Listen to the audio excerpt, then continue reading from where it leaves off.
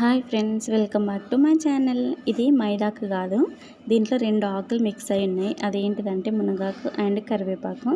మునగాకు పొడి చేసుకుందామని చెప్పేసి అయితే అన్నీ ప్రిపేర్ అయితే చేసుకున్నాను. ఇవి 2 ఒకే కవర్లో వేయడం వల్ల 2 అయితే విడిపోయి ఇంకా మిక్స్ అయిపోయినాయి అనమాట. వాటిని శుభ్రంగా కడుక్కొని డ్రై రోస్ట్ అయితే చేసుకున్నాను.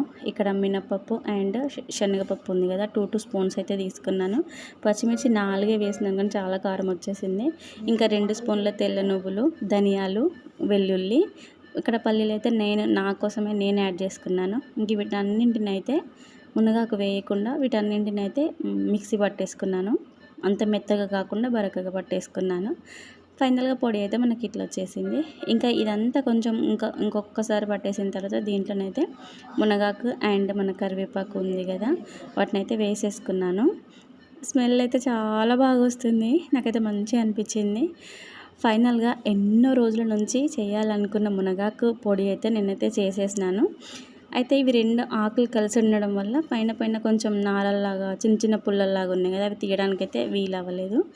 ఇది నైట్ 11:30కి అనమాట. ఇక ఆ పొడి అయితే చేసినా కదా, తినాలనిపించింది. అందుకే ఒక్క ముద్ద అట్లా అన్నం వేసుకొని అయితే తినేస్తున్నాను.